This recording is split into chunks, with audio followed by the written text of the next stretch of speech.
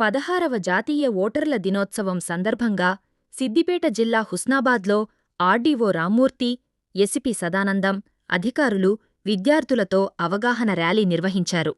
స్థానిక అంబేద్కర్ చౌరస్తాలో విద్యార్థులతో కలిసి ఓటర్ ప్రతిజ్ఞ చేయించారు. జాతీయ ఓటర్ దినోత్సవం సందర్భంగా నిర్వహించిన వ్యాసరచన పోటీలో ప్రతిభ కనబరిచిన విద్యార్థులకు బహుమతులను ప్రదానం చేశారు. నూతనంగా ఓటు హక్కు పొందిన వయోజనులకు ఓటర్ కార్డులను పంపిణీ చేశారు.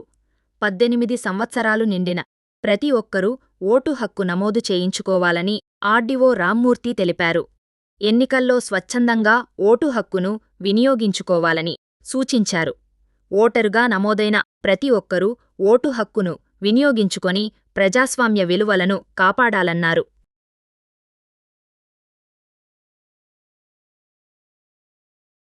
సెలబ్రేట్ చేసుకుంటాను దేశవ్యాప్తంగా.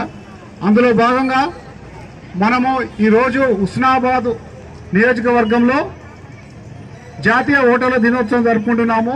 జాతీయ ఓటర్ల దినోత్సవం సందర్భంగా శుభాకాంక్షలు తెలియజేస్తున్నాము.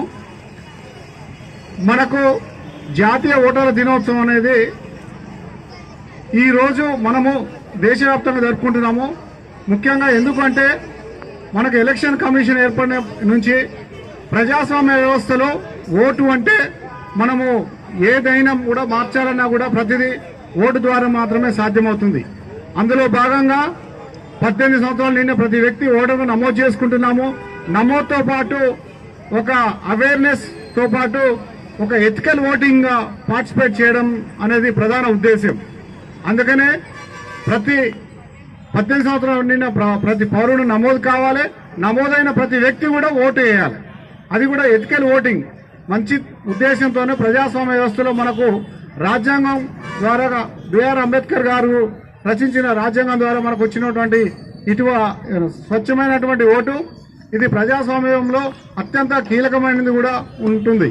మన ఇటీవల కాలంలో గ్రామ పంచాయతీ ఎన్నికల్లో ఓటేశాము. అదేవిధంగా రాబోయేది మున్సిపల్ ఎన్నికల్లో కూడా ఓటు పోతున్నారు అందరూ ప్రముఖులు కూడా, పూర్వ ప్రముఖులు. కాబట్టి ఒక నిబద్ధతతో ఒక నిక్కచ్చితో మంచిగా వేసి అదేవిధంగా అందరూ పార్టిసిపేట్ కావాల్సిందిగా కోరుకుంటూ అందరికీ జాతీయ ఓటర్ల దినోత్సవం సందర్భంగా